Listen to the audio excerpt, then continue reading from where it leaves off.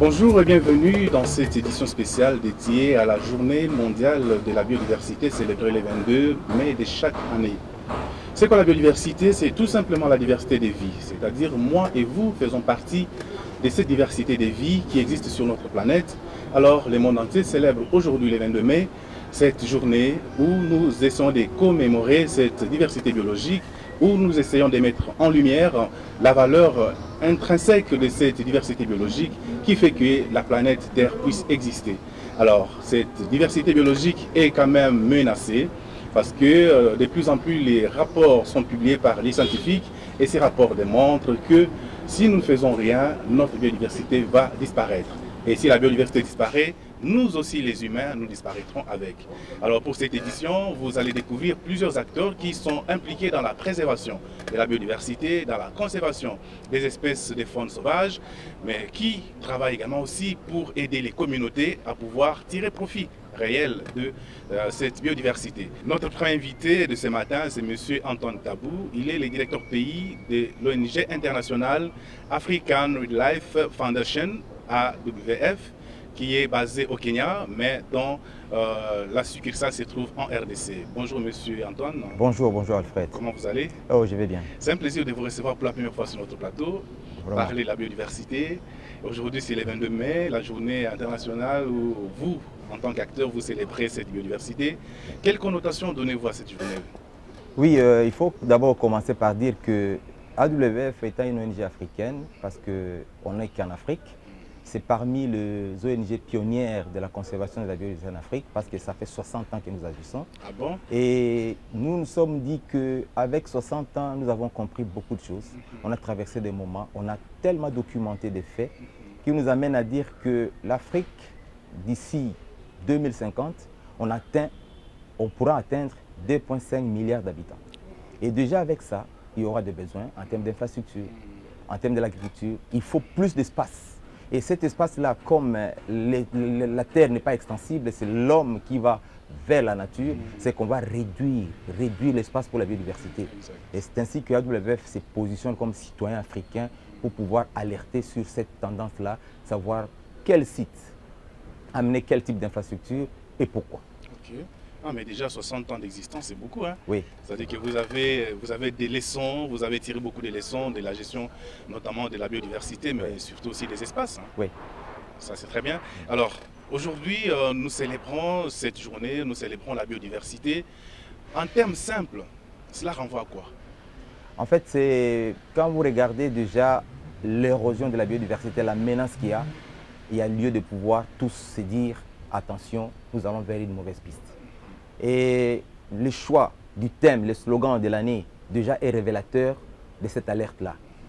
We are all part of solution. Nous sommes tous partie de la solution. Et si ce message-là passe de bouche à oreille et que chaque personne, chaque citoyen africain, chaque citoyen quinois se rend compte de l'importance de savoir que s'il ne fait pas partie de la solution, il est donc lui-même partie du problème. Okay. En tout cas, on est parti pour la préservation de la biodiversité. Okay.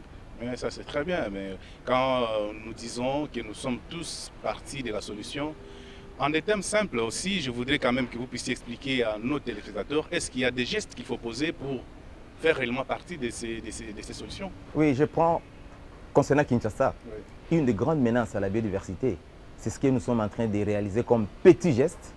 Tu bois de l'eau dans une bouteille en plastique, tu jettes, la rivière Kalamu draine dans le fleuve draine dans les océans. Aujourd'hui, les recherches ont démontré qu'il y a une vaste étendue des océans, des cours d'eau jonchés de déchets plastiques.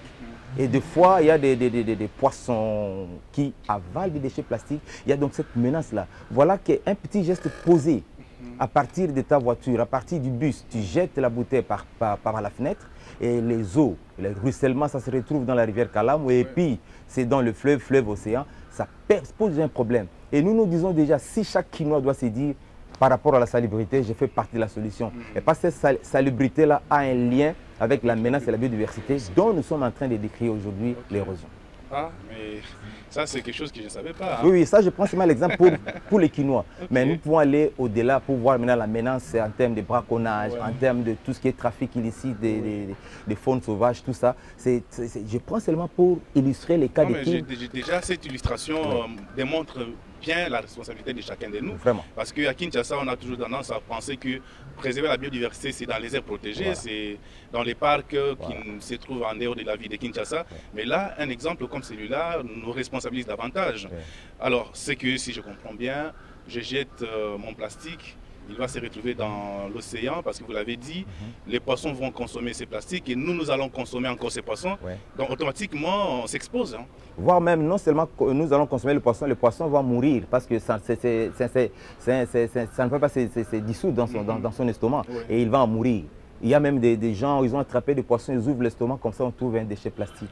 Et les poissons ne peuvent plus manger, il avait des problèmes de santé jusqu'à mourir. Et donc ça menace la biodiversité à ce niveau-là. Et non seulement ça, ça se pose sur les algues, ça se pose sur tout ce qui est comme espèce aquatique, et voire même tout ce qui est comme ressources aquatiques, et ça pose des problèmes sur l'équilibre planétaire. Parce que chaque chose joue un rôle dans l'équilibre planétaire. Ces plastiques-là qui se posent sur les algues et tout ça, ça empêche aux algues de jouer leur service écosystémique. Et ainsi de suite. Les poissons qui sont en train de diminuer alors que nous avons besoin de manger davantage, voilà que l'homme est en train de provoquer une situation dont ça se referme sur lui-même.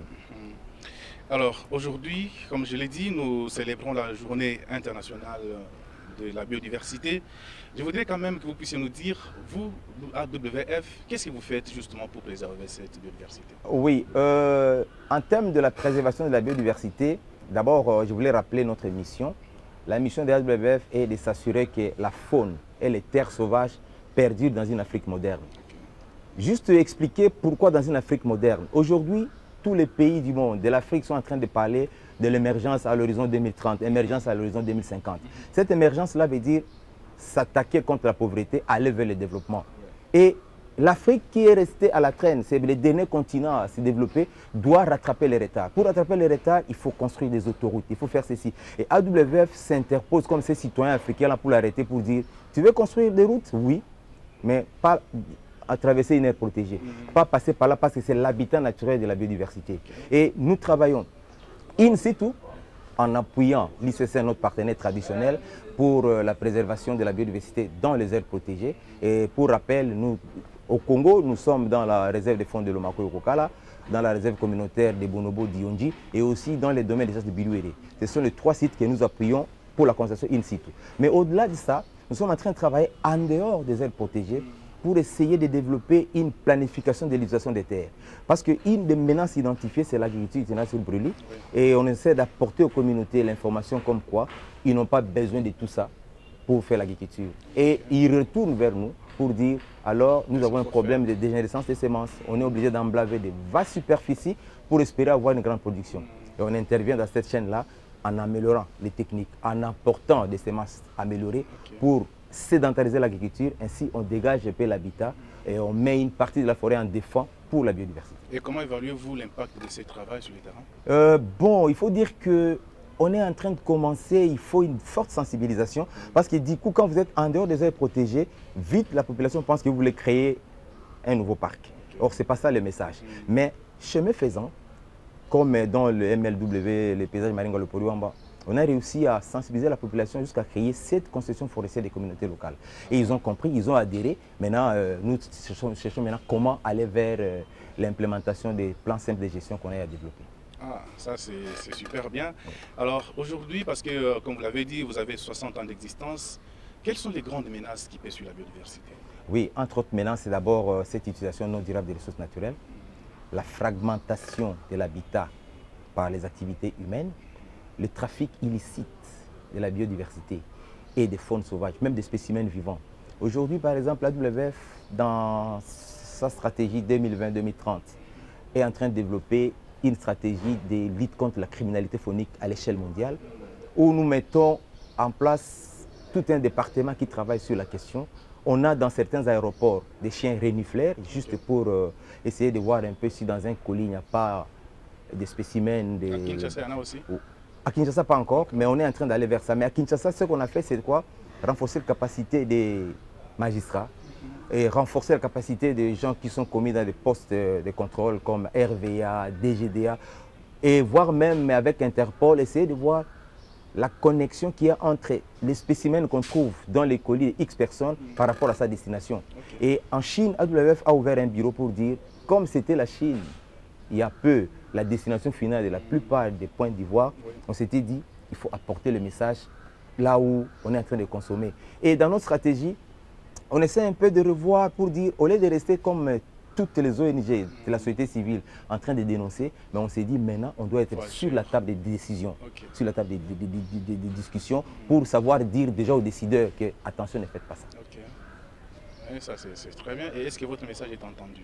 C'est entendu. Vous allez voir par exemple pour cette semaine de la biodiversité, nous nous sommes dit il faut toucher les jeunes. Toucher les jeunes. C'est ainsi que nous avons lancé le 18, la semaine de la biodiversité. Et on a choisi les universités et les jeunes. Posez-vous la question, pourquoi les universités, pourquoi les jeunes? Nous nous disons, les jeunes sont l'avenir de demain, les jeunes sont les décideurs de demain. Il faut leur apporter le message. Et une fois ils ont compris, et je pense que comme ils sont partenaires, partie prenante de l'utilisation de cette érosion, si à leur tour ils se disent, nous serons partie de la solution comme les slogans de cette année le veut, et ils vont certainement prendre des décisions judicieuses quand ils seront aux affaires. Et les universités aussi parce que c'est les creusets de la recherche. Nous pensons que les universités doivent faire leur rôle, doivent jouer leur rôle en menant des recherches afin de donner des solutions aux problèmes et anticiper aussi, dire aux décideurs pourquoi ne pas prendre telle décision, surtout par rapport à l'érosion de la biodiversité. Sans oublier que notre pays, c'est parmi les pays de la méga biodiversité. Nous avons donc tout intérêt à faire en sorte que cette biodiversité-là apporte plus. Et c'est là le message de la WWF. Vous gardez la biodiversité. Au lieu de braconner, vous gardez la biodiversité, ça vous amène des retombées si et seulement si vous organisez le secteur touristique. Ah, mais ça, c'est encore les grands problèmes qui se posent. Parce que les communautés se disent, bon, on va garder ces espèces, on ne va pas les toucher, et nous, on va vivre comment? Aujourd'hui, avec ce qu'il y a comme difficulté de mettre en place une bonne politique touristique, ne pensez-vous pas que c'est une manière de priver ces communautés de jouir de leur potentiel?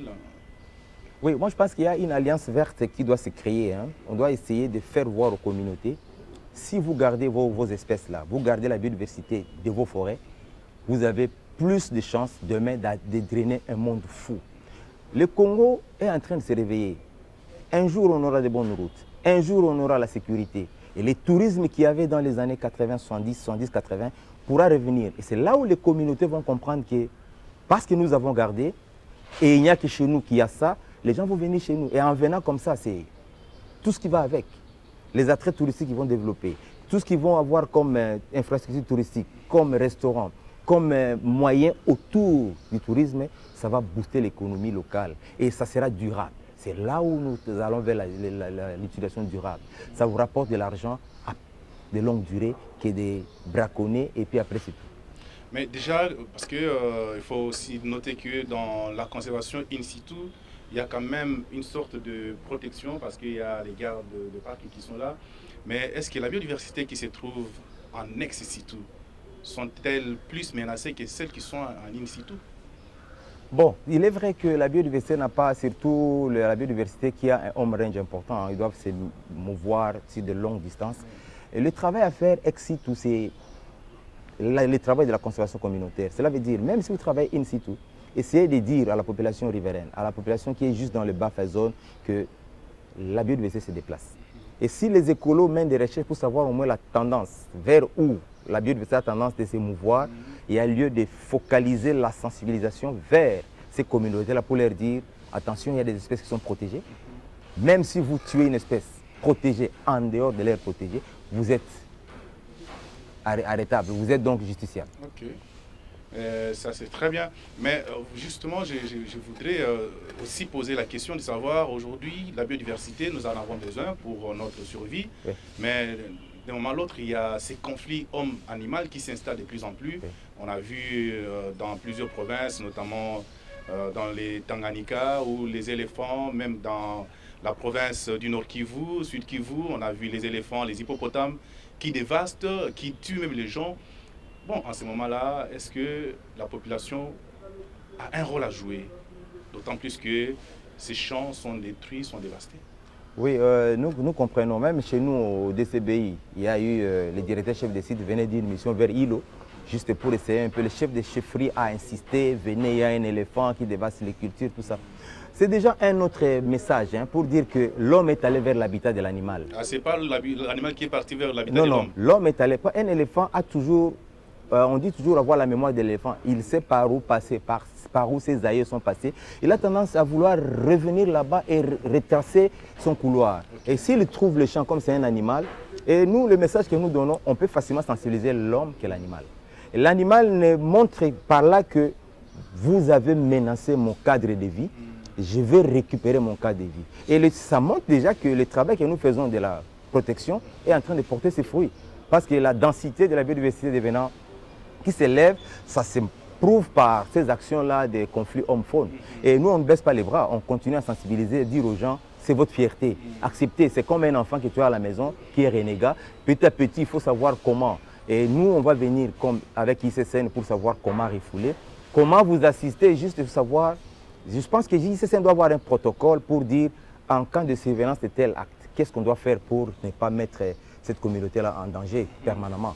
C'est ça le message qu'on apporte pour essayer de rassurer les gens qu'on comprend la peine que vous avez ressentée après avoir cultivé un hectare et qu'à 30 minutes, les éléphants passent et dévastent tout. Ça fait trop de peine. Mais ce n'est pas une solution durable parce que ces populations doivent vivre.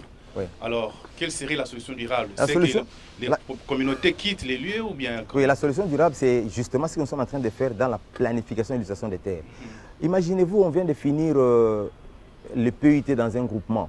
C'est quoi les PUT? Donc la planification d'utilisation des terres. Et quand on a fait ça, on a compris qu'un groupement qui a 7700 habitants détruit plus d'espace qu'il ne faut. Et on s'est dit, ok, voilà pourquoi vous êtes en train de quitter le village pour aller très loin dans la forêt et au risque d'être dérangé par les pachydermes, au risque d'être dérangé par les potamochères. Voilà, on vous dit, rentrez au village avec l'agriculture et l'animal, trouvant la sécurité dans son habitat, ne pourra pas revenir jusqu'au village.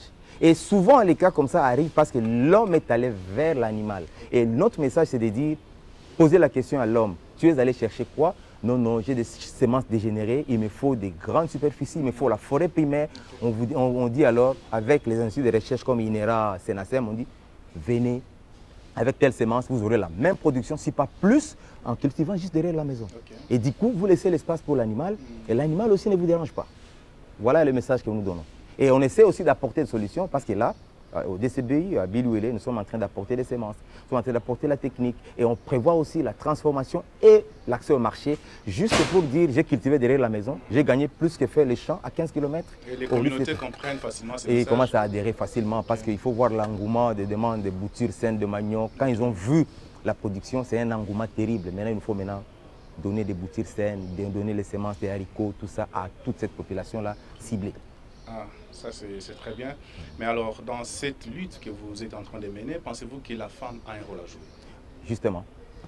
La femme, d'abord, il faut comprendre que la plupart de nos populations, les habitudes, c'est plus la femme qui fait les gros du travail. Un ménage agricole, quand tu vois la tâche de l'homme, ça se limite seulement au défrichage, coupe, abattage de gros arbres. Et tout ce qui reste, ça, il fait l'incinération, le reste, c'est la femme. Débardage, semis, récolte, voire même vente. Et cette femme-là, par moment, elle est obligée de chercher comment nourrir la famille.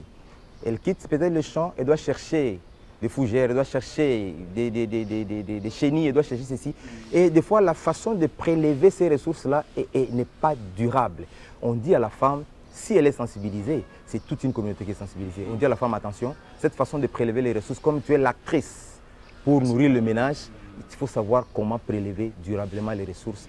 Tous les services écosystémiques que la nature nous donne, il faut savoir prélever dans la durabilité. Très bien. Alors, selon vous, quel est le rôle que l'homme, l'État et vous, les partenaires, devez jouer dans la protection de la biodiversité? Par rapport à mon organisation, on a compris qu'il y a un problème, il y a un gap dans le leadership africain.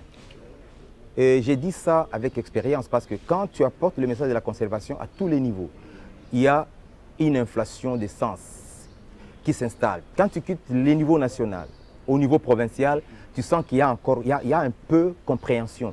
Plus tu descends au niveau territorial, chefferie, groupement, la question semble être diluée, semble ne plus avoir la même quintessence. Voilà le travail que nous faisons. Nous voulons impliquer les acteurs étatiques à tous les niveaux. Et nous travaillons de l'échelle groupement en mettant en place les comités locaux de conservation et de développement jusqu'à l'échelle du gouvernement. Mais on doit aussi garantir le flux d'informations du groupement vers la province et de la province vers le groupement. Et nous pensons qu'avec ça, les gouverneurs qui comprennent, les chefs de groupement, qui est l'échelon le plus bas de la gestion administrative du pays, comprend, alors le message passe. Et on cesse de renforcer les capacités de ces gens-là. Et petit à petit, ils commencent à comprendre, à dire que non, nous faisons une partie du travail de l'État en apportant l'information là où l'État ne peut pas venir, ou bien là où les institutions étatiques n'ont pas de personnes compétentes à pouvoir apporter les messages. Nous le faisons là où nous sommes étant partenaires de l'État congolais. Mais les ONG de la conservation sont vraiment nombreuses. Je voudrais savoir, est-ce qu'il y a-t-il une collaboration entre vous, les ONG, qui travaillez dans la conservation en RDC? Oui, je pense qu'il y a une collaboration parce que des fois, quand on est sous financement d'un partenaire comme USAID, comme l'Union européenne, on se retrouve des fois dans une situation où on nous demande de faire l'échange des expériences, de bonnes expériences. Par exemple, si toi tu utilises de matériel un peu performant pour la lutte anti-braconnage, pour le biomonitoring, ça te donne de bons résultats. Il y a des forums où on se retrouve pour communiquer. Par exemple, notre stratégie de planification d'utilisation des terres, avec l'implication des communautés, si ça fait l'histoire de succès, il y en a, on échange, on donne l'information. C'est ça l'importance. Dernièrement, ici, toutes les ONG financées par l'Union européenne étaient à Douala, justement pour réfléchir, pour échanger, évaluer ensemble, pour voir qu'est-ce que l'autre est en train de faire, que je peux copier. Par moment, même ici à Kinshasa, on se côtoie, on sait que non, je peux poser la question à tel qui peut me donner l'information par rapport à sa zone, pour essayer un peu de voir qu'est-ce que je peux améliorer chez moi quand j'ai des difficultés dans l'approche à mener par rapport à une question donnée dans la gestion des ressources naturelles. Super. Monsieur Tabou, vous avez dit que vous intervenez dans 3 sites en RDC. C'est une question de curiosité. Pourquoi les choix de ces 3 sites? Parce que j'ai l'impression que le pays est vaste. Pourquoi vous avez choisi juste 3 sites? Bon, il faut dire que dès le lancement du programme CARPE, le paysage Maringa Lopori Wamba, qui prend le territoire de Bassan Koussoubonga, Nanga, Djolo et Befale, était sous la gestion de la WWF, déjà depuis 2004. Et nous avions la mission d'assurer la conservation, créer les aires protégées et développer le message sur la conservation dans l'échelle du paysage. Ce qui a fait qu'en 2006, on a créé l'aire protégée de Lomako et en 2011, on est allé à Yonji pour créer un deuxième. Bon, il y a aussi l'appel à soumission de projet. Les bailleurs, des fois, lancent des appels comme ça. Si vous gagnez, on vous dit, OK, je dois aller comme à Billy, au DCBI. On a lancé l'appel à soumission de projet et AWF a gagné. C'est pourquoi on a dit, OK, l'Union européenne a appointé AWF pour aller gérer la ressusciter parce que c'est une aire protégée créée depuis 1974 qui est restée comme ça jusqu'en 2005 quand AWF est revenu avec ICCN pour relancer les activités. C'est aussi un choix du bailleur, mais aussi la compétence de chacun par rapport à sa zone, à sa philosophie, à son approche, à sa stratégie de conservation. Est-ce qu'on peut penser qu'il y a une biodiversité assez importante là où vous travaillez qu'ailleurs? Oui, il faut dire par exemple à Lomako, l'espèce phare, les bonobos. Vous savez c'est quoi les bonobos par rapport à l'endémicité. Vous allez au DCBI, on a le nombre le plus important de chimpanzés qu'on ne trouve nulle part ailleurs. Et on a donc intérêt à préserver ça. Les scientifiques ont découvert ça. Il n'y a qu'au DCBI, les chimpanzés à face claire. Le nombre le plus important, c'est resté là-bas. Et voilà comment, quand le bailleur vient, c'est pour dire que les rapports des scientifiques démontrent qu'il y a une ressource rare à protéger, alors allez vers ça. Voilà un peu les spécificités que nous avons. On essaie un peu de mettre plus d'accent sur la protection de ces espèces rares qui se retrouvent soit en termes d'endémicité, soit en termes de nombre dans certaines aires protégées que nous sommes en train de... Depuis 2004, vous êtes dans les MLW. Dans les MLW. Oui. Pensez-vous qu'il y a une évolution? Parce qu'à un moment donné, on vous dira non, la biodiversité est en train de disparaître. Mais est-ce que réellement, vous pouvez nous confirmer que depuis que vous avez commencé à mener des actions, il y a un accroissement de la biodiversité dans ces espaces? S'il n'y avait pas accroissement, les bailleurs n'allaient plus donner l'argent. Quand vous regardez les rapports de biomonitoring que nous faisons, chaque année, il y a un accroissement, même des pachydermes dans l'Omako. Mais pour des raisons secret défense, on s'interdit de donner le nom pour ne pas susciter l'envie des fauteurs de troubles, des braconniers. Mais au moins, nous savons, nous avons des données. qui démontrent qu'il y a accroissement de la biodiversité et des espèces dans les aires protégées que nous sommes en train de protéger. Très bien. Alors, nous sommes en train d'étendre un peu vers la fin de cette première tranche de l'émission. Je voudrais savoir, à votre niveau, est-ce que vous êtes fier de pouvoir travailler pour protéger la biodiversité? En tout cas, moi, c'est ma 15e année comme staff AWF. Et ce que je retiens, c'est que je deviens de plus en plus amoureux de la nature. Pour votre information, chez moi, je ne mange plus le bushmeat. Ce n'est pas parce qu'AWF m'a interdit. Mais c'est quelque chose... C'est la viande de brousse, oui. Ouais. C'est question de voir... Je suis en train d'apporter un message pour dire protégeons. Je ne veux pas me mettre en porte-à-faux par rapport au message, par rapport à des convictions que j'ai. Qu'il y a érosion, et nous devons protéger. Même les espèces qui ne sont pas protégées, je ne mange plus. Je ne mange plus. Et je suis fier de faire ce travail-là. Je crois en la capacité des Africains à pouvoir délivrer des résultats. Mais seulement, il y a encore à faire. Parce que la pauvreté aidant, des fois les messages ne passent pas. Tu interdis quelqu'un qui vient de tuer un potamoché, qui vient de tuer un espèce protégée. Allez-y comprendre, par exemple, une fois, le cordon provincial du Bas-Ouélé m'avait raconté une histoire. Il trouve dans un marché, on vend la viande d'okapi avec la peau. Quand il a regardé, il a dit, je ne sais même pas arrêter cette personne parce que l'okapi, c'est la peau qu'on cherche. Quand il fait ça, il a fait ça seulement pour la faim. Il a compris qu'il y a aussi le problème de l'alimentation, des protéines animales, qu'on essaie d'équilibrer. On évalue la situation au cas par cas. Mais il faut dire qu'il y a encore un chemin à parcourir. Mais avec le temps, on est en train de gagner du marché, de l'espace. Et je pense que si on continue comme ça, à l'horizon 2050, on aura apporté beaucoup de changements dans la consommation. Mais déjà, vous ne consommez pas la viande de brousse. Cela n'est pas un message que vous lancez aux consommateurs de cette viande. Et pourtant, je me dis, préserver n'est pas contraire à consommer aussi. Hein. Oui, je voulais seulement ici montrer ma passion à la conservation. Mais je voulais au même moment dire aux gens, s'il faut consommer, consommer les espèces protégées. Non protégés, mais aussi faites la chasse pendant la période autorisée. Il y a deux choses. Dans les zones banales, des fois, les gens font la chasse, même des espèces non protégées. Mais ce que je demande, celui qui peut suivre mon exemple, c'est encore mieux. Mais celui qui ne peut pas, qu'il consomme les espèces non protégées et qu'il fasse la chasse pendant la période autorisée. Et les espèces autorisées à le faire. Okay. Alors, dans cette célébration, quel est votre message que vous adressez d'abord aux communautés congolaises et ensuite à l'État congolais? Oui, pour cette journée, je voulais profiter de cette question pour dire qu'on a lancé une série de conférences dans 4 universités. On a été à l'UNIKIN pour le Go, après on a été à l'UPC, hier on était à l'IFASIC et aujourd'hui nous clôturons avec l'ISP Gombe. Mais après cela, demain, symboliquement, on va faire une caravane avec Clean-up. Bon, c'est pas demain, parce que demain, c'est déjà aujourd'hui. Ah oui, oui, oui. Oh, justement, oui. Oui, justement, on va faire un clean-up pour tout autour de Place des Évolués. Okay. Essayer de ramasser tout ce qui est déchets et tout en passant les messages, nous sommes tous partie de la solution. Okay. Et quand tu ramasses, il faut ramasser tout en disant, peut-être à celui qui a jeté que tu fais partie de la solution. Il n'y a pas une poubelle ici, tu ferais mieux de jeter ça dans une poubelle. Et aux autorités congolaises, je voulais seulement dire que nous sommes là, comme partenaires au gouvernement congolais. Je remercie en passant les ministères de l'Environnement et les universités ainsi que l'ICCN qui ne cessent de nous accompagner. Et nous pensons que nous allons arriver, si on travaille main dans la main, si ce que nous faisons in situ, voire même dans les périphéries immédiates des aires protégées, peut avoir un écho favorable au niveau du gouvernement pour nous soutenir. Parce que des fois, il arrive qu'on se trouve devant des difficultés avec un superviseur territorial de l'environnement qui ne comprend pas son rôle. On doit porter le message, mais ce message-là doit avoir l'appui du niveau national pour essayer de dire qu'ils sont en train de faire le travail qui est en principe le nôtre et aider-les à bien le faire.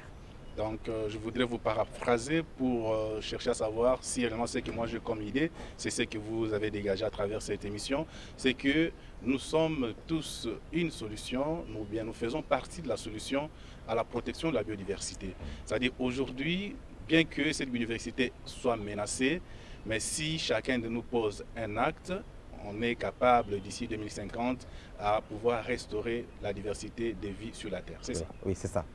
Merci beaucoup, M. Tabou, pour nous avoir accepté, nous avoir accueillis dans votre jardin et pour avoir aussi partagé avec nous vos idées, votre passion sur la conservation de la nature. Donc c'est par ici que nous mettons une virgule parce que nous allons à l'encontre d'autres acteurs qui travaillent aussi dans les mêmes domaines que vous pour essayer un peu de voir quelles sont leurs motivations, quels sont leurs engagements par rapport à la préservation de la biodiversité. La journée continue. D'ici là, je vous fixe un rendez-vous avec un autre invité. Merci et j'espère que ce n'est pas la dernière fois que nous allons travailler avec vous. Comme vous êtes dans ces créneaux, nous viendrons toujours vers vous pour avoir plus d'informations. Merci.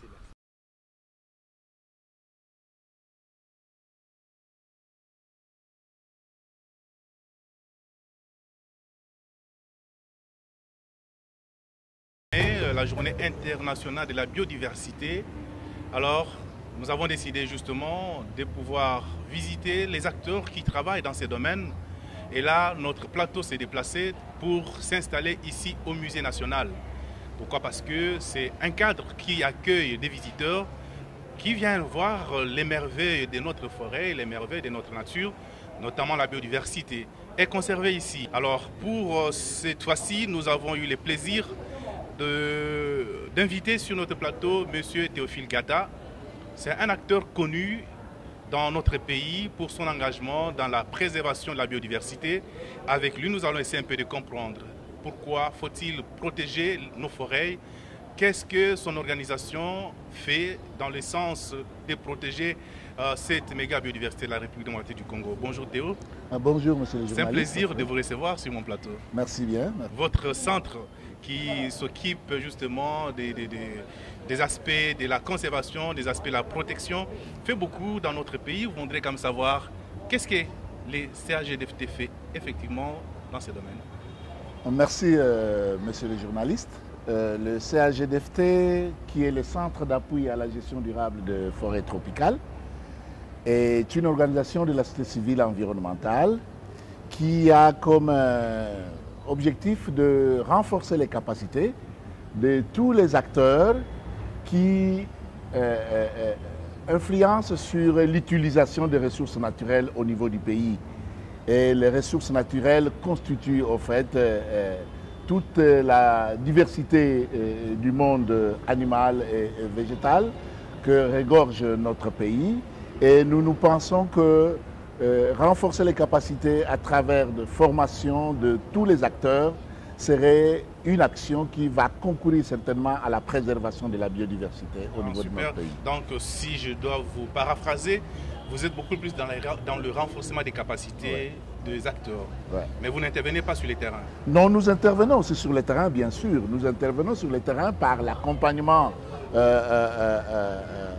de tous ces acteurs, entre autres des communautés locales et peuples autochtones, par l'accompagnement même des ONG qui travaillent avec les communautés locales, par l'accompagnement de tous ceux-là qui décident sur l'utilisation de cette biodiversité, entre autres les experts de l'État, des services techniques de l'État, qui décident de l'utilisation des terres, qui décident de l'utilisation de forêts à travers une législation. Donc nous intervenons sur tous ces axes-là pour pouvoir concourir à ce que ceux qui utilisent tiennent compte de lois qui sont prises en bonne et due forme par le gouvernement, tenant compte de besoins de communautés locales et peuples autochtones qui subissent les premiers, disons, les restrictions qui sont parfois imposées par ces lois-là dans l'utilisation des ressources. Donc si je comprends bien, votre intervention va beaucoup plus dans le sens de protéger les forêts et dans les écosystèmes forestiers et les habitants qui y vivent. Bien sûr, on protège l'environnement, on protège les forêts en mettant l'accent sur la satisfaction de besoins de ceux-là qui vivent dans et de ces forêts-là. Voilà notre... Alors la biodiversité congolaise représente aujourd'hui un potentiel énorme au regard de sa valeur. Je pense que vous partagez ces points de vue avec ceux qui le disent. Quelle lecture faites-vous aujourd'hui de la gestion de cette biodiversité? Je dois vous dire, monsieur le journaliste, qu'il y a une prise de conscience généralisée de l'importance de la biodiversité en tant que source pour la survie de l'humanité entière. Et encore, pour nous qui sommes un pays en voie de développement, nous dépendons entièrement de ressources de cette biodiversité-là. Parce que c'est ce qui nous fait vivre. Et la gestion aujourd'hui est non rationnelle face à ces besoins humains qui sont toujours croissants parce qu'au fait, l'homme qui est l'utilisateur des ressources n'est pas mis au centre de toutes les actions de sa préservation. Et on pourra le voir par les réformes qui ont une incidence sur les terres et sur les ressources. Toutes ces réformes sont menées de manière non coordonnée. De sorte que cette façon aboutit à l'érosion de la biodiversité et à toutes les conséquences que nous connaissons. Et l'une des conséquences, ce sont les changements climatiques. On a tellement touché sur les forêts, on a tellement intensifié par nos actions la déforestation et la dégradation des forêts qu'aujourd'hui nous sommes arrivés à une situation où il y a cette problématique de changement climatique qui entraîne une disparition de certaines espèces, qui entraîne une disparition de sources pour la sécurité alimentaire des communautés locales et qui va jusqu'à la résurgence de certaines maladies. Parce qu'il faut reconnaître qu'entre l'animal et la plante, entre l'homme et l'environnement, il y a des interactions. Il suffit qu'il y ait un déséquilibre sur l'environnement pour qu'il y ait déséquilibre. Il suffit qu'il y ait rupture des chaînes trophiques dans un écosystème, dans un habitat. Quand vous parlez de la chaîne trophique, vous faites allusion à quoi concrètement? Je fais allusion à toutes ces relations qui existent dans un écosystème entre, par exemple, je te donne un cas. Il y a un animal qui est herbivore, n'est-ce pas? Oui. Qui mange certaines herbes. Oui. L'homme vient, coupe ces herbes-là. L'animal se met à chercher sa nourriture. Oui. Donc, il a rompu la chaîne alimentaire de cette espèce. Okay. Et l'espèce fera quoi? L'espèce migre. L'espèce va aller au-delà de ce milieu-là où il vivait, où il trouvait la nourriture. Ouais. Il va aller au-delà. Cette rupture-là est à la base de beaucoup de problèmes. Okay. Et si jamais cette espèce était à la base, par exemple, de la consommation d'une... prenons pour les carnivores, oui. La consommation d'une autre espèce qui était un foyer, par exemple, d'une certaine maladie. Oui. Qu'est-ce qui va se passer? Cette maladie va surgir et risque d'attaquer aussi l'homme. Alors, Monsieur Théogada, parce que vous parlez de la coupure de la chaîne trophique, est-ce qu'en RDC, ça se remarque déjà? La destruction des habitats fait qu'en certains lieux, dans le monde rural, on te dira qu'il y a telle ou telle autre espèce animale qu'on ne voit pas, qui a disparu. C'est dû au fait qu'on a cassé, au fait, il y a un élément d'équilibre qui a été rompu, qui a été écarté, qui fait que finalement l'équilibre a été rompu et automatiquement l'espèce devient rare. Et quand l'espèce devient rare, ceux qui s'en nourrissaient, comme par exemple gibier, ils ont des problèmes. Ils ont des problèmes. Et dans la plupart des cas, quand vous allez dans le monde rural, on vous apprendra que telle espèce a disparu, telle autre n'existe pas. Ce n'est pas à cause de la chasse, du braconnage aussi? Bien sûr, il y a l'excès aussi, l'excès de prélèvement dû à la chasse, dû au braconnage. Ça peut être l'une des raisons. Aussi, la destruction des habitats dans lesquels vivent ces espèces peut être aussi l'une des raisons. Il y a beaucoup de facteurs qui concourent à la disparition des espèces et rompant ainsi les chaînes trophiques dans un habitat déterminé et aboutissant, n'est-ce pas, à la disparition de la biodiversité qui existe dans. Mais vous avez déploré tout à l'heure le fait que l'homme n'est pas mis au centre des efforts pour la préservation. Mais dans l'entretemps, on constate aussi que c'est l'homme qui est à la base même de cette disparition. Qu'est-ce qu'il faut faire en ce moment-là? Le problème, c'est de responsabiliser l'homme. De quelle manière? C'est de responsabiliser en l'associant à toutes les actions de préservation de l'environnement. Il faut qu'on fasse une analyse pour voir comment responsabiliser celui qui utilise, celui qui vit dans un espace pour être sûr qu'il va utiliser de manière rationnelle. Vous comprenez?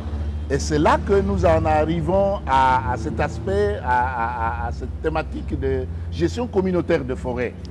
Donc, on responsabilise la communauté en lui donnant des droits sur l'utilisation d'un espace et des ressources que contient cet espace. C'est en ce moment-là qu'il va se dire, OK, moi j'utilise pour ce moment, mais qu'adviendra-t-il aux générations futures? Donc, l'esprit de durabilité naît quand on se sent réellement responsabilisé. Quand on n'est pas responsabilisé, on agit comme un voleur.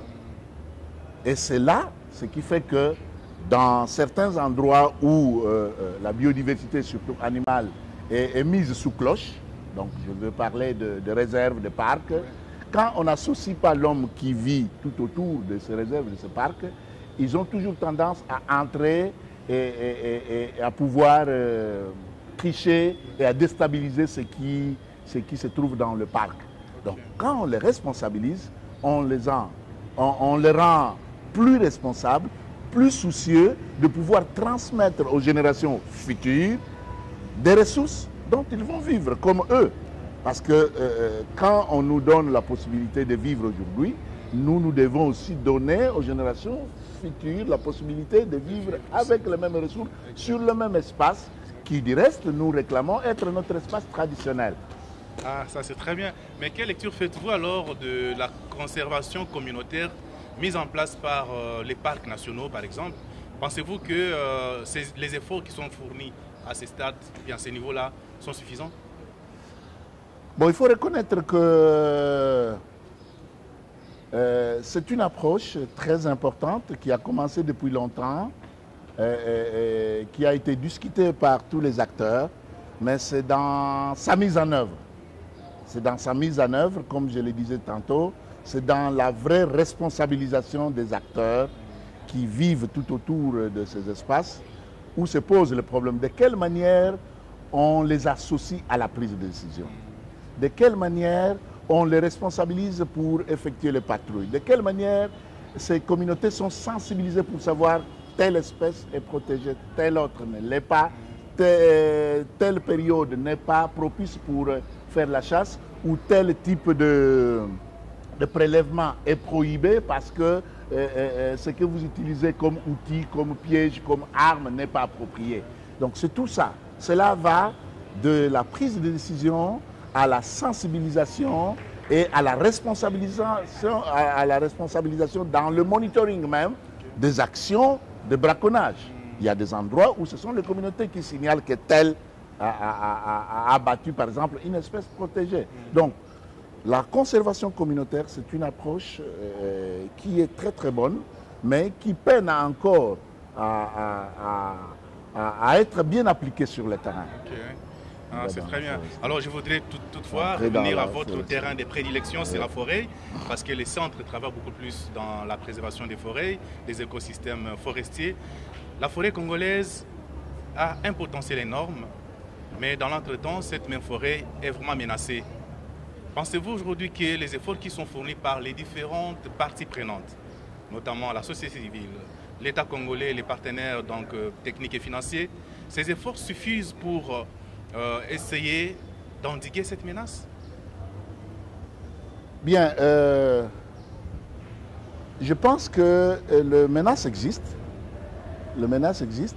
Les efforts sont là, mais ces efforts peinent à pouvoir donner des résultats pour la simple raison que j'ai déjà même cité, que les efforts doivent concourir dans le sens d'abord de mettre l'homme au centre de toutes les actions qu'on est en train de mener, qu'on responsabilise l'homme.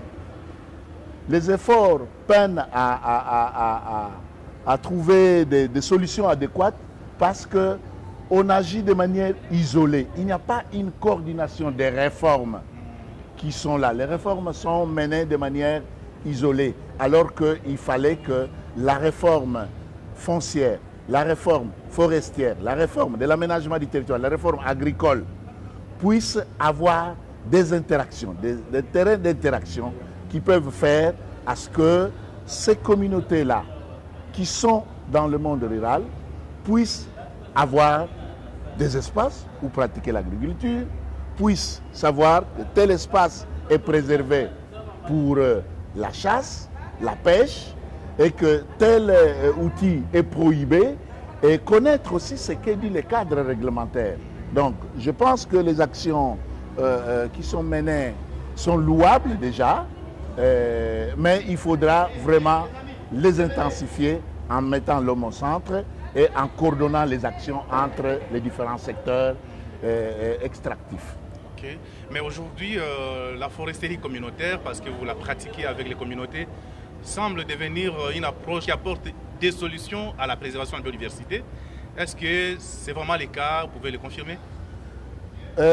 Oui, la foresterie communautaire, c'est une option parmi tant d'autres, mais que nous considérons comme étant parmi les meilleures pour pouvoir préserver la biodiversité. Parce que nous l'avons vu sous d'autres cieux. Nous l'avons vu sous d'autres cieux. Les cas, par exemple, de pays de l'Amérique latine, de pays de l'Asie, où la foresterie communautaire a prouvé que les espaces qui sont gérés par les communautés locales et peuples autochtones sont les espaces où il y a préservation de la biodiversité. Sont des espaces où il y a moins de déforestation. Sont des espaces où il y a moins de dégradation. Parce que les communautés qui ont été responsabilisées, moyennant parfois des titres sur ces espaces-là, les gèrent en bons parents.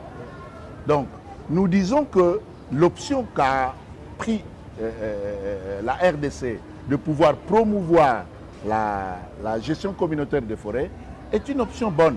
Encore que cette foresterie prônée par la RDC est multi-usage. Donc, elle donne des opportunités pour que les communautés qui ont acquis un espace de l'État sur lequel ils ont un titre puissent, en fonction du potentiel que regorge cet espace-là, voir comment utiliser cet espace, comment utiliser ces ressources pour le bien individuel de ménage qui compose cet espace ou pour le bien collectif, n'est-ce pas, pour qu'il y ait des revenus qui puissent permettre à ce que des projets d'intérêt communautaire puissent être menés. Donc nous pensons que cela renforce davantage le sentiment d'une appropriation dans l'utilisation durable des ressources que contient l'espace que l'État leur concède. Et combien de communautés vous avez déjà accompagnées dans cette démarche? Eh bien, nous, en tant que centre d'appui à la gestion durable des forêts tropicales, nous avons, au début de ce processus, été avec notre partenaire, la Rainforest Foundation, autour des communautés qui sont à l'équateur dans le secteur de l'Osangania, avec un partenaire local qui est la Solidarité pour la promotion des femmes autochtones, SPFA, et aussi GACH au début, mais GACH a été orienté vers d'autres thématiques. Il y a SPFA qui est resté et qui a pu, que nous renforçons et qui accompagne une communauté à Penzele dans le Sangania, qui a déjà obtenu sa CEFCEL. Et CAGDFT, en tant qu'organisation, a, dans le cadre d'un projet qu'il est en train d'exécuter avec l'appui technique de TENI Facility, est en train d'accompagner avec d'autres organisations provinciales de la société civile 10 communautés dans 5 provinces. Nous sommes au sud d'Ubangi avec la Sécu, du côté de Libenge. Nous sommes au Congo central, dans Tchela et dans Mwanda avec CEPECO. Nous sommes au Kwilu, dans Bulungu avec CRI. Nous sommes au Kwango, où nous sommes nous-mêmes. C'est à GDFT dans le territoire de Kenge, où nous avons des communautés que nous accompagnons. Et nous sommes aussi dans le Maïndombe, avec Kadem, où on accompagne des communautés. Nous sommes dans la phase de construction des dossiers et la phase de cartographie de ces espaces traditionnels pour aller postuler au fait à la demande de CEFCEL. Donc nous accompagnons dans le cadre de la foresterie communautaire ces 10 communautés et qui vont concourir à l'obtention de CEFCEL dans le Donc jusque-là, aucune de ces communautés n'a déjà les titres de CEFCEL. Oui, à part la communauté que nous avons accompagnée à l'Équateur avec un autre partenaire, celle que nous accompagnons dans le cadre du projet PASDEF avec Teni Facility, le processus est en cours. Est-ce qu'avoir une concession forestière des communautés est un atout pour les habitants, pour les villages, de pouvoir se développer? Et là, je vous demanderai de voir comment évolue le processus de foresterie communautaire en RDC. Je pense qu'au stade actuel, il y a dans l'ensemble du pays plus de 100 CEFCEL qui ont déjà été octroyés dans 8 provinces. Et ces CEFCEL n'étaient qu'il n'y a pas longtemps qu'au stade d'acquisition. Il fallait un autre outil qui est le plan simple de gestion, qui n'a pas été adopté depuis longtemps, mais il y a de cela quelques mois. C'est cet outil qui va permettre à ce que les communautés puissent maintenant voir comment gérer cet espace qui leur a été concédé. Donc, la phase de gestion et d'exploitation est en train de commencer maintenant. Donc, évaluer le potentiel en termes de retombées directes de la foresterie communautaire serait faire une démarche très hâtive. Au jour d'aujourd'hui, nous avons déjà acquis, il y a des communautés qui ont été accompagnées, qui ont acquis les CEFCEL et qui entrent dans la phase de gestion. Il faut maintenant qu'ils avancent, qu'on observe comment cela va réellement contribuer à l'amélioration des conditions d'existence des communautés locales. Il y a quelques cas isolés dans le Maniema où des acteurs sont en train déjà d'exploiter, tels qu'avec GIZ au Maniema, avec Mbomotou dans le plateau ici, qui font de l'écotourisme. Il y a déjà quelques retombées. Mais la foresterie a plusieurs options de gestion. Il faut donc que cette panoplie d'acteurs qui ont déjà, ces communautés qui ont déjà obtenu leur CEFCEL, puissent entrer dans la phase de gestion avant qu'on ne puisse juger de la pertinence. Encore que nous sommes dans une phase expérimentale aujourd'hui de la conduite de ce processus. Donc, ça serait hâtif d'aller directement au résultat. C'est maintenant que les acteurs se mettent à accompagner les communautés locales dans la gestion. Et il faut combien de temps pour avoir des résultats? Bon, je ne saurais pas le dire, mais je crois que déjà, il y en a qui sont là-dedans, mais nous pensons que dans une année, 2 ans, on peut déjà être à mesure de brandir des résultats par rapport à cet aspect. Mais outre la foresterie communautaire, votre organisation, CAGDFT, intervient également aussi dans l'affectation des terres. Qu'est-ce qu'on peut retenir de ce que vous faites par rapport à ça? Eh bien, nous sommes aussi dans la réforme foncière, par exemple. Nous intervenons en tant qu'acteurs de la société civile dans la réforme de l'aménagement du territoire. Nous apportons notre contribution. Et dans la réforme foncière, précisément, nous sommes une agence locale d'exécution pour pouvoir, faciliter les consultations sur les documents de politique foncière dans les différentes provinces du pays. Et bientôt, on va finir cette étape. Mais aussi accompagner les administrations provinciales pour mettre en place un système d'information foncière qui devra permettre à ce que, avec l'approche pro-pauvre, qu'on puisse faire en sorte que tous les acteurs qui occupent un espace puissent quand même concourir à un titre. Donc c'est mettre en place ce qu'on appelle, disons, le cadastre foncier local. Donc, nous sommes en plein processus. Okay. Alors, de toutes les actions que vous menez sur le terrain, lesquelles sont un succès? Oui, il faut reconnaître que d'abord l'accompagnement des organisations et des communautés a déjà abouti à des résultats tels que l'octroi des SEFCEL. Mais il faut reconnaître aussi que nous avons suffisamment travaillé pour mettre en place les cadres de concertation de tous les acteurs, de toutes les parties prenantes qui sont dans le processus de foresterie communautaire par la facilitation de la table ronde multi-acteurs sur le processus de foresterie communautaire avec l'appui du projet forêt communautaire qui a été coordonné par la Rainforest Foundation UK et qui a été appuyé par WRI, par Rainforest Foundation Norway et qui bientôt sera aussi appuyé par Training Facility. Donc c'est un succès que les acteurs puissent régulièrement se rencontrer, discuter de la conduite du processus, voir le point fort et le point faible et orienter la conduite du processus de foresterie communautaire. Et aussi, nous travaillons en collaboration avec la division de la foresterie communautaire et qui est en train de prendre les choses en main maintenant pour assurer le suivi et la coordination du processus. L'un des succès, c'est aussi l'élaboration participative de la stratégie nationale relative à la foresterie communautaire, qui est un outil, qui donne un document programmatique qui donne les orientations sur la conduite du processus de foresterie communautaire.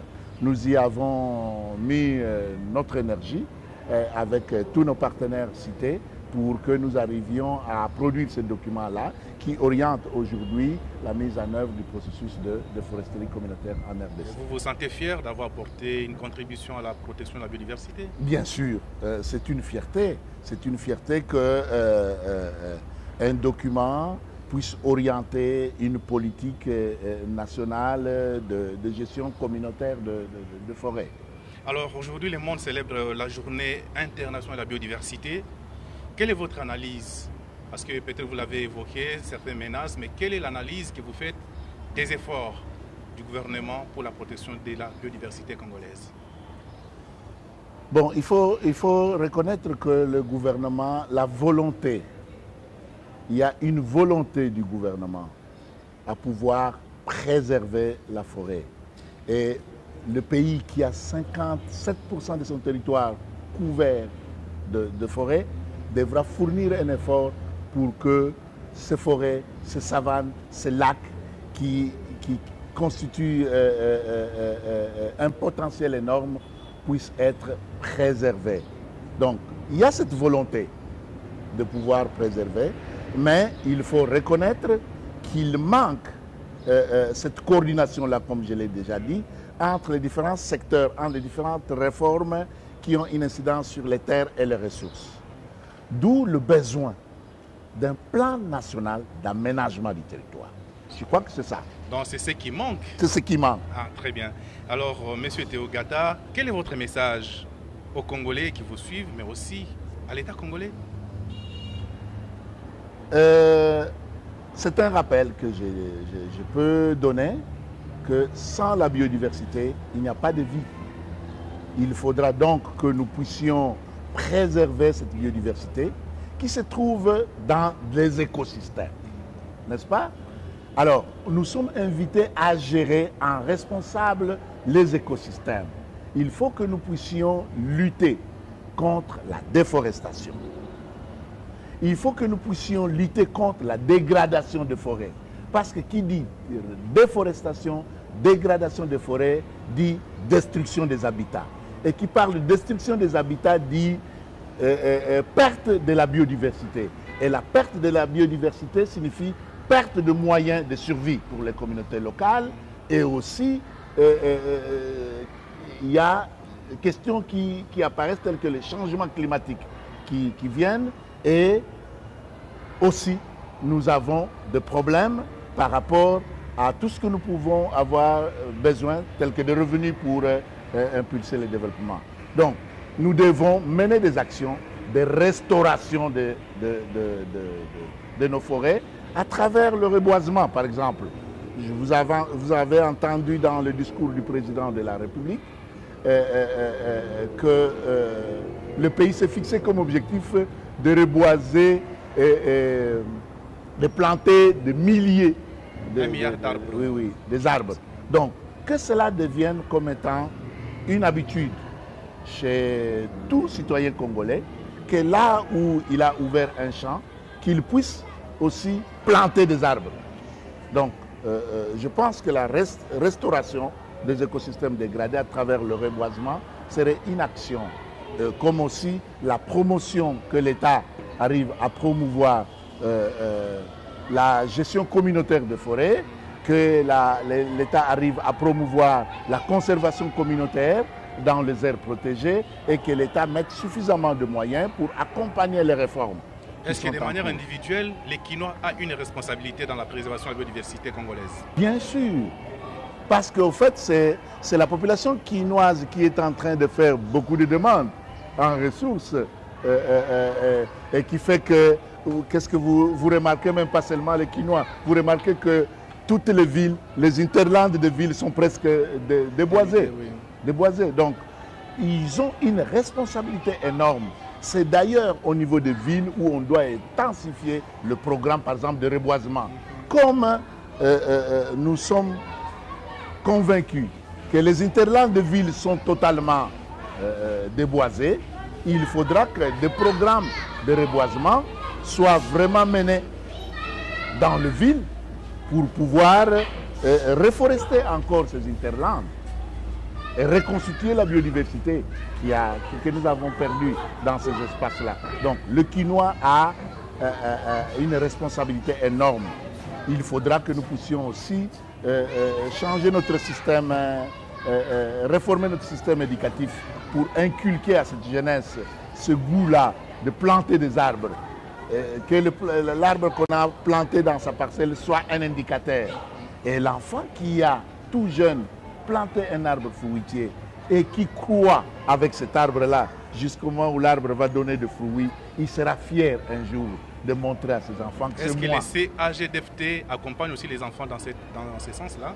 Je dois sincèrement les dire que nous n'avons pas un programme spécifique pour les enfants.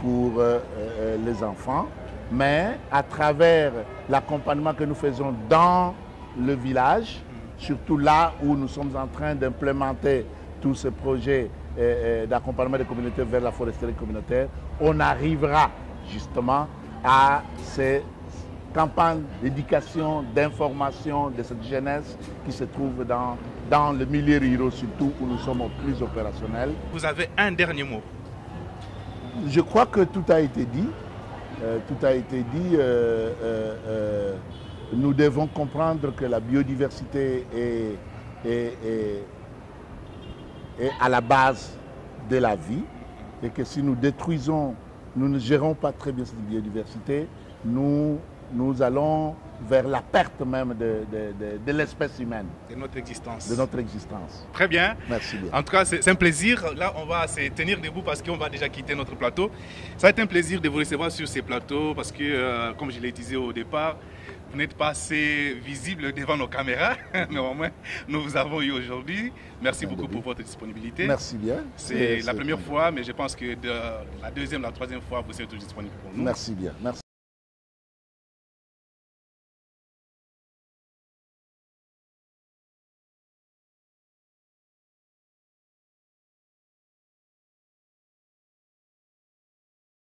Cette fois-ci, c'est notre dernier invité. Il s'agit de M. Martin Kabaloapa. Il est le directeur national de WWF, qui est une grande organisation mondiale qui travaille dans la préservation de la biodiversité. Bonjour M. Kabaloapa. Bonjour. C'est un plaisir de vous recevoir sur ces plateaux pour parler de la journée du 22 mai qui est dédiée à la biodiversité. D'entrée des jeux, je voudrais savoir, cette journée a quelle connotation pour vous? Merci de m'avoir dans ce studio. La journée du 22 mai est en effet une journée où l'on célèbre la biodiversité. Et je voudrais d'abord définir la biodiversité. C'est la diversité des formes de vie sur Terre, ainsi que les milieux qui leur permettent d'exister et qui revêtent une importance capitale. Elle constitue en quelque sorte les fondements de la vie sur notre planète. Les différentes espèces d'animaux, de plantes, de micro-organismes entretiennent entre eux des relations dont dépend la vie sur Terre, mais qui profitent aussi à l'homme. La biodiversité nous procure aliments, fibres, eau, énergie, médicaments et de nombreux autres bienfaits pour notre vie et notre épanouissement. Il est donc important de s'en souvenir, d'en prendre conscience et de se décider à agir, car de fortes menaces de plus en plus visibles ces dernières décennies pèsent sur la biodiversité. Ok. Justement, les menaces qui pèsent font aujourd'hui que de plus en plus on parle de l'érosion de la biodiversité, et votre organisation avait publié récemment un rapport qui avait démontré que si nous ne faisons rien, la biodiversité va disparaître. Pensez-vous que cette courbe est en train d'évoluer de manière négative ou positive aujourd'hui? Oui, l'édition 2020 du rapport Planète Vivante, publié par le WWF tous les 2 ans, a en effet mis en lumière une tendance inquiétante concernant la biodiversité. Avec un déclin moyen de 68% des populations de mammifères, d'oiseaux, d'amphibiens, de reptiles et de poissons, suivi entre 1970 et 2016. Depuis la révolution industrielle, 75% de la surface terrestre a été considérablement altérée et les zones humides ont perdu 85% de leur superficie. Ça, c'est énorme. Cette tendance va-t-elle se poursuivre? Nous ne pouvons pas y répondre de manière certaine. En revanche, nous pouvons être sûrs que si cette tendance se poursuit, la vie sur Terre deviendra extrêmement difficile. Si les États du monde font preuve de leadership et que nous prenions les mesures collectives nécessaires, il est possible d'inverser la courbe de la baisse de la biodiversité. Nous n'avons pas d'autre choix possible. Très bien, mais en République démocratique du Congo, le WWF que vous dirigez intervient dans la conservation de la nature, la conservation des espèces des faunes sauvages. Je voudrais savoir quelle lecture vous faites aujourd'hui de l'état de santé de la biodiversité congolaise. Notre pays possède, comme on le sait, une biodiversité très riche, avec 11 000 espèces de plantes, plus de 400 espèces de mammifères, plus de 1080 espèces d'oiseaux, 350 espèces, permettez-moi de vérifier mes notes, 350 espèces de reptiles. Beaucoup de ces espèces sont endémiques, c'est-à-dire qu'on les trouve en RDC, tels que l'okapi, le bonobo ou le paon congolais. Les écosystèmes sont très divers et vont des mangroves sur les littorales atlantiques jusqu'aux forêts de haute altitude à l'est, en passant par les mosaïques forêts-savanes, les forêts denses de la cuvette centrale ou les forêts sèches du sud-est. Cette riche biodiversité se porte plutôt bien, mais fait néanmoins face à des menaces qui ne sont pas toujours évidentes, mais qui sont bien réelles, telles que l'agriculture itinérante sur brûlis, les besoins en bois énergie qui contribuent à la déforestation, la chasse incontrôlée ou l'exploitation minière artisanale.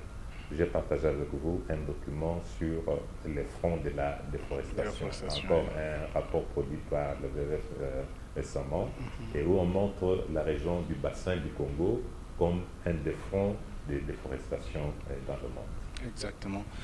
Alors, Monsieur Martin Kabalwapa, quelles sont les grandes actions que le WWF entreprend en RDC pour essayer un peu de lutter contre l'érosion de la biodiversité? Nous mettons en œuvre plusieurs projets répartis sur 4 grands axes stratégiques. Le premier étant les forêts et l'agriculture. Et là-dedans, vous trouvez tous les aspects liés à la foresterie communautaire, le reboisement, la mise en défense des savanes, l'agriculture durable, l'agroforesterie. Le deuxième axe est la faune et les aires protégées. Et là-dedans, nous faisons du suivi biologique, la lutte contre le braconnage et la criminalité chronique. Et le troisième axe stratégique, c'est l'énergie, où nous œuvrons pour l'établissement des parcs à bois pour l'énergie. Vous avez certainement entendu parler du projet Ekomakala dans le Kivu, à Goma et autour. L'utilisation rationnelle du bois à travers la production et la diffusion des foyers améliorés, et la promotion des sources d'énergie renouvelables comme le gaz, le solaire. La gouvernance, ça c'est le dernier axe stratégique, où nous travaillons à la structuration des communautés en comités locaux de développement et conseils agricoles rural. La gouvernance des ressources naturelles, le respect des clauses sociales par les compagnies forestières.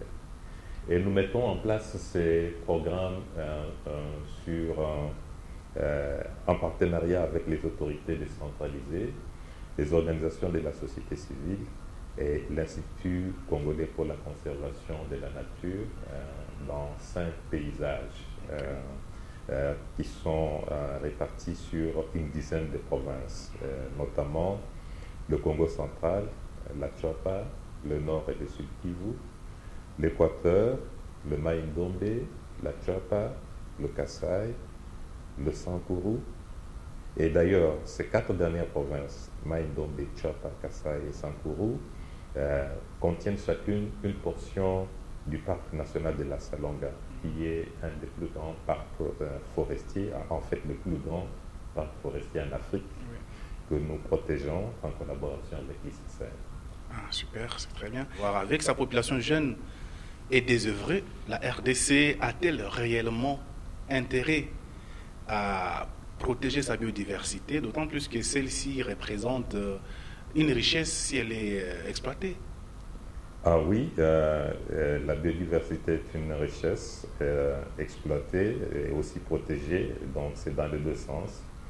L'exploitation des ressources naturelles peut apporter des avantages financiers immédiats. Cependant, si cette exploitation est non régulée et anarchique, les avantages seront de courte durée et généreront ensuite des effets néfastes. Par exemple, si vous coupez systématiquement la forêt qui se transforme en savane et peut-être plus tard en désert, vous aurez certainement des conséquences fâcheuses. Par contre, si l'on met en place des recommandations pour un développement durable, une exploitation durable, c'est-à-dire qui tient compte non seulement des besoins actuels, mais aussi du droit des générations futures à une planète saine.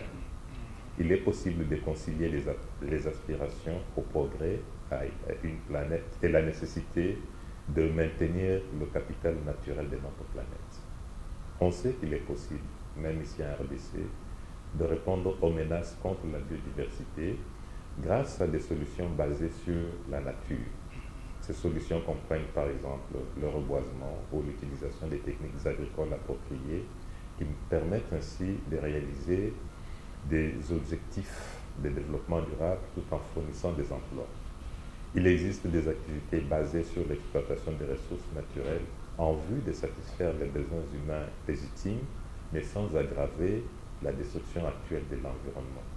C'est dans cette direction qu'il convient d'orienter la réflexion pour créer des emplois qui bénéficieront à la jeunesse.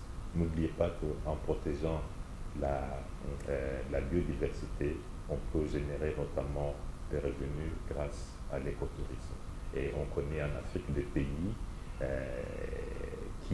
dont le tourisme est la source principale de revenus. Ce n'est pas le cas de la RDC. Hein, on n'en est pas encore là, mais on peut y travailler progressivement sur le moyen et le long terme. On pourrait y arriver. Ah, très bien. Alors, le WWF au niveau mondial avait lancé une initiative ou une campagne qu'on avait dénommée New Deal.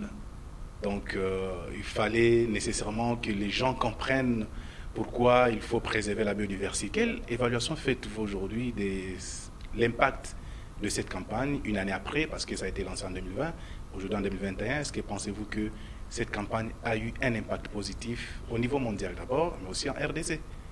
Le New Deal est une initiative qui vise à créer les conditions pour mettre la nature sur la voie de son rétablissement à l'horizon 2030. Il y a un constat que l'on ne peut plus mettre en doute. La relation entre les humains et la nature est dangereusement déséquilibrée.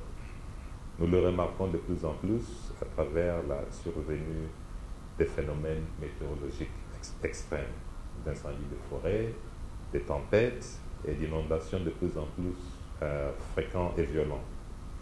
L'année 2020 avait fourni une opportunité pour porter ce sujet au plus haut niveau du leadership mondial, au cours des réunions de haut niveau des dirigeants et décideurs mondiaux, afin de tracer une nouvelle voie, une nouvelle donne, ou un new deal en anglais, dans le but de préserver l'avenir de l'humanité. La pandémie de Covid a certes perturbé de nombreuses réunions prévues en 2020, mais des avancées ont pu néanmoins être réalisées, telles que l'engagement pris à ce jour par plus de 80 dirigeants mondiaux pour la nature, qu'on a appelé le Leaders Pledge for Nature. En octobre 2021 se tiendra en Chine une réunion importante de la Convention sur la diversité biologique qui fixera le cadre mondial de la biodiversité pour la décennie 2020-2030. Le WWF collabore avec le ministère de l'Environnement et du Développement durable dans la préparation de cette conférence. Et comme je l'ai dit, tous ces efforts et bien d'autres nous permettent d'avancer vers les objectifs fixés pour 2030. Très bien. Alors, nous sommes en train d'étendre vers la fin parce que nous devons vous libérer. Alors, selon vous, quel rôle doivent jouer les jeunes, l'État congolais, les partenaires que vous êtes dans la préservation de la biodiversité congolaise? Chacun a un rôle à jouer et une place à tenir.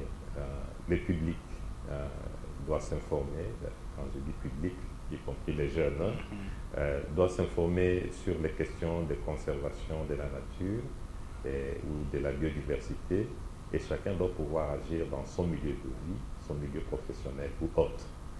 Nous vivons dans un monde interconnecté où il est quasiment impossible d'isoler les impacts des actions des uns et des autres. L'État doit pouvoir donner la place qui lui revient à la biodiversité, car elle est un élément clé des objectifs de développement durable, et ce, avec le soutien et l'appui des partenaires. Et cet appui, il peut être technique, il peut être financier, et donc et le WWF, et le gouvernement, et la société civile environnementale, nous travaillons la main dans la main pour la préservation de la biodiversité. Voilà, donc en cette journée du 22 mai, c'est un week-end. Quel est le message que vous pouvez adresser aux Congolais qui vous suivent? Le message est simple. La biodiversité est cruciale pour la vie des humains. Ce n'est pas une question réservée aux spécialistes.